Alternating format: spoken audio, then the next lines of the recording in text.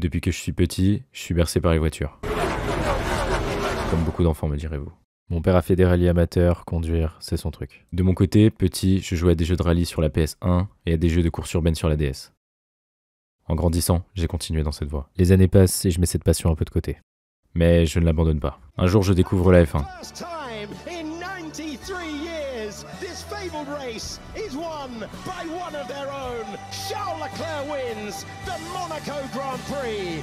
We won it. The World Championship record is equalled. Lewis Hamilton is a 7-time champion of the world. Get in there, Lewis.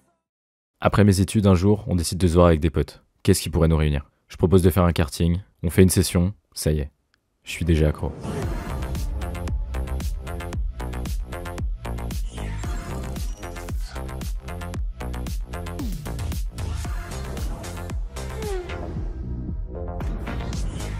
Après ce jour, j'enchaîne les séances, sur différents circuits, sur différentes configurations, avec différents types de cartes. Bon, enfin, vous voyez le principe. Dans la lignée des jeux Sim Racing, je finis par installer F1 2023. Je suis nul, mais je kiffe ça. Bon, tout ça c'est bien sympa, mais j'ai besoin de plus. La fête des pères approche, est-ce que ce serait pas l'occasion avec mon père de... Ouais, non, c'est infaisable. Quoique...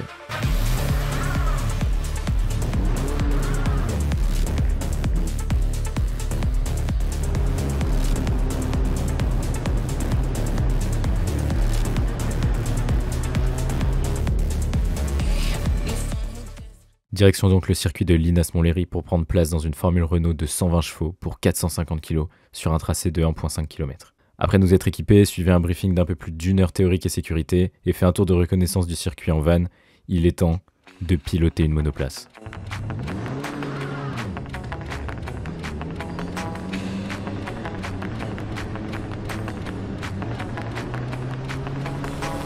Bon alors dans les premiers tours c'était pas fameux, hein. Comme on le voit je galère un peu à passer les vitesses, la boîte séquentielle est un peu dure, il faut que je m'habitue.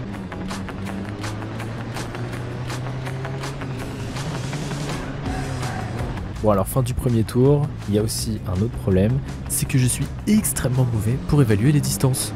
Je ne sais pas si le mec de devant moi est à 50 mètres ou à 300 mètres, donc je n'ose pas accélérer trop mais j'ose pas trop ralentir non plus. Bon finalement les commissaires de course voient que je vais bien plus vite que le gars devant moi, donc drapeau bleu, ils me laissent passer.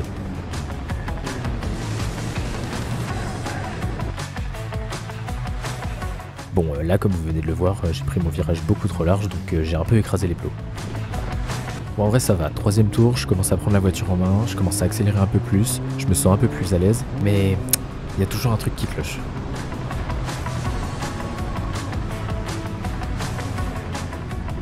Du coup, premier pit stop, et en fait le gars m'explique que j'ose pas assez freiner.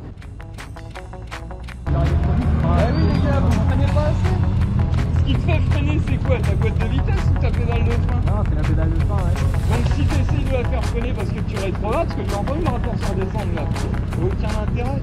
Je rétrograde avant de freiner, alors que sur une monoplace, ça a beau être évident, il faut écraser la pédale de frein et réaccélérer en sortie de virage. Maintenant que j'ai bien ça en tête, j'attends le drapeau vert et je me relance sur la piste.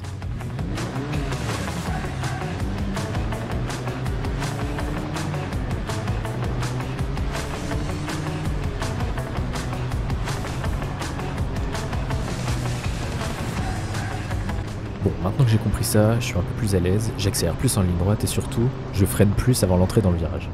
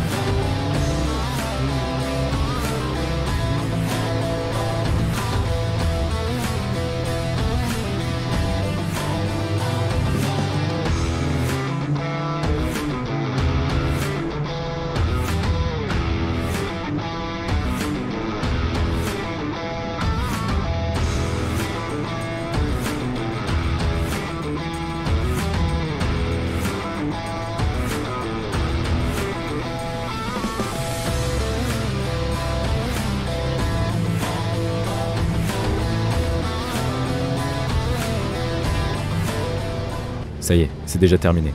J'ai adoré la session. Mon père fait maintenant sa session dans la même voiture que la mienne, donc nous allons pouvoir débattre des ressentis et se baser sur les mêmes expériences. Si j'avais dit un jour à mon moi du passé que je piloterais un jour sur un vrai circuit au volant d'une monoplace, j'y aurais jamais cru. Qui plus est, j'ai pu vivre cette expérience avec mon père qui d'ailleurs une fois de plus m'a écrasé en tout point.